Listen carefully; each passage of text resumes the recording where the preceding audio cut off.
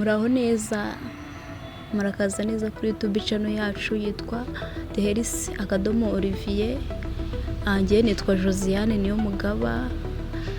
Ndirangije kubaha ikiganiro gitoya kandi cyiza cyane, ndabizi ko muri bugikunde. Ikiganiro cyacu cy'uyu munsi kiribanda ku buryo wakwitwara cyangwa ibintu byagufasha mu gihe uri mu mihango. Ndabashimiye rero mwebwe mwese mwahisemo kudukurikira, muhawe ikaze kuri YouTube channel yacu. Mukomeze mumererwe neza kandi mugikurikirane mpaka gisoje, kuko harimo ibintu byiza by'ingenzi biratugirira akamaro. Ikintu cya mbere rero, nk'umukobwa cyangwa undi wese wafasha umukobwa kugira amererwe neza mu gihe ari mu mihango, icya mbere cyo ugomba kwita ku isuku. Isuku mba mvuga irimo ibyiciro byinshi, harimo isuku mu myambarire yawe, mu myambaro wambara, isuku mu bikoresho n'isuku y'umubiri wawe. Icya mbere cyo, nk'isuku y'ibikoresho ukoresha, ugomba gukoresha ibikoresho bisa neza. Nimba ukoresheje pade ugomba kuyihindura nibura hagati y'amasaha 4 n'6, ukamenya neza ko wayihinduye, kuko buriya utayihinduye biza guteza ikibazo nk'icyo kubabuka cyangwa bikaba byagutera ama infection, nawe ukumva urabangamiwe. Murabizi ukuntu biba bibangamye. Icya kabiri rero, ugomba kwita ku isuku y'umubiri wawe, ukamenya koga, nibuze ukoga 2 ku munsi mu gihe uri mu mihango, kugira ngo utaza kugira ikibazo ukaba wagira ibibazo by'ama infection cyangwa ibindi bibazo ukumva utameze neza. Rero ikindi cya kabiri wagakwiye kwitaho uri mu mihango ni ikibazo cy'imirire. Rero sinzi nimba namwe bijya bibabaho, nimba bari wajya mu mihango ukumva urimo kubabara mu nda, ukumva ntumeze neza, ukumva urimo kuzengera, imbaraga zashize. Mwamwibaza se ibyo bintu biterwa n'iki? Nibyo tugiye kubasobanura kugira ngo mubyumve neza, binabafashe kugira ngo mubihindure. Mbere na mbere, ikintu gitera uwo muzengero, umunaniro, kubabara mu nda, icya mbere cyo biterwa no kubura umwunyungugu witwa feri mu byo kurya byawe. Ubwo duhereye mu byo kurya kugira ngo mwumve ibyo mwahindura n'ibyabafasha kugira ngo mumererwe neza. Hari ibiryo byinshi bikungahaye kuri uwo mwunyungugu. Urugero nk'ibinyampeke, tubona amashaza, tubona ibishyimbo. Ibyo byose bifite uwo mwunyungugu wagufasha kugira ngo umere neza, bafasha kugira ngo amaraso yawe yiyongere, kuko buri gihe uri mu mihango uba watakaje amaraso menshi. Uba ukeneye rero ibintu wafata kugira ngo ya maraso yongere agaruke mu mubiri wawe, yiyongere, bitagutera ibibazo nk'ibyo kuzengera, kubabara umutwe, kumva unaniwe cyane. Ibindi byo kurya rero bifite, tubona nk'ibikomoka ku matungo, harimo nk'inyama z'umutuku, urugero nk'inyama z'inka, inkoko n'izindi nyama z'umutuku.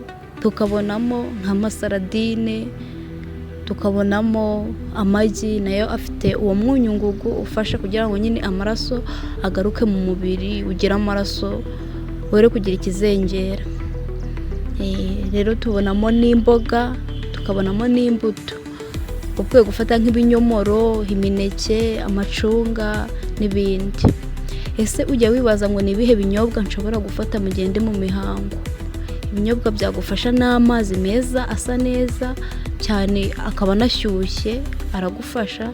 Ikindi ukaba wafata nka juice y'amacunga, nabyo biragufasha. Juice y'amacunga ni nziza cyane mu gihe uri mu mihango. Ikindi kintu wagakwiye kwitaho cya gatatu, ugomba kwita ku kintu kijyanye na siporo. Uryo uri mu mihango bakwiye gukora siporo kugira ngo zigufashe kugaruka neza, umubiri wongere ugaruke, umubiri wongere umere neza, amaraso atembere mu mubiri, birusheho kugenda neza, n'ububabare bwe bwashira, buriya bubabare bwose. Siporo rero ni nziza, ukagendagenda, ukirinda gukora siporo ikuvunnye, ariko ugakora siporo ukagendagenda, nabyo bituma wongera kumera neza. Ikindi kandi uba ukeneye kuruhuka neza bihagije rwose, ukaruhuka, umubiri ukamera neza, wa munaniro wumva iyo uri mu mihango ukagabanyuka.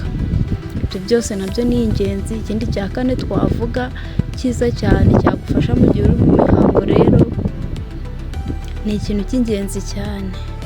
hari ibintu byo kunywa ugomba kwirinda. Twari turimo kureba ibinyobwa bifite kafeyine, urugero nk'icyayi cy'ikawa, icyayi cy'icyatsi na kiriya cyayi cy'umukara cya black tea ndetse na green tea. Ibyo byose bikungahaye kuri kafeyine kandi ni bibi cyane mu gihe uri mu mihango, kuko bituma imikaya yo mu nda ikomera, bikaba byagutera kubabara cyane. Rero uba ugomba kubyirinda kugira ngo wirinde bwa bubabare ushobora guhura nabwo mu gihe cy'imihango.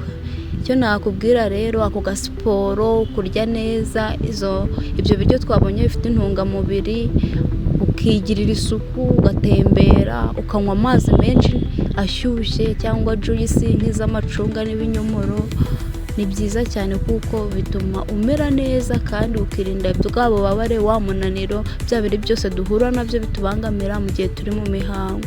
Ikindi nababwira rero cy'ingenzi, buriya uramutse ugize ububabare bukabije cyane ukumva urababara cyane, ntabwo wabyihererana, ahubwo ujya kwa muganga baguhe imiti yoroheje igabanya ubwo bubabare kugira ngo ubuzima bwacu bukomeze bugenda neza.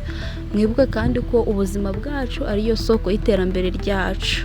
Ndabashimiye cyane mwebwe mwadukurikiranye muri iki kiganiro, yaba ikibazo mwaba mufite mujye mutwandikira, yaba ibindi bintu mushaka kutubwira mujye mubyandika muri komanteri. Turabashimiye cyane, murakoze.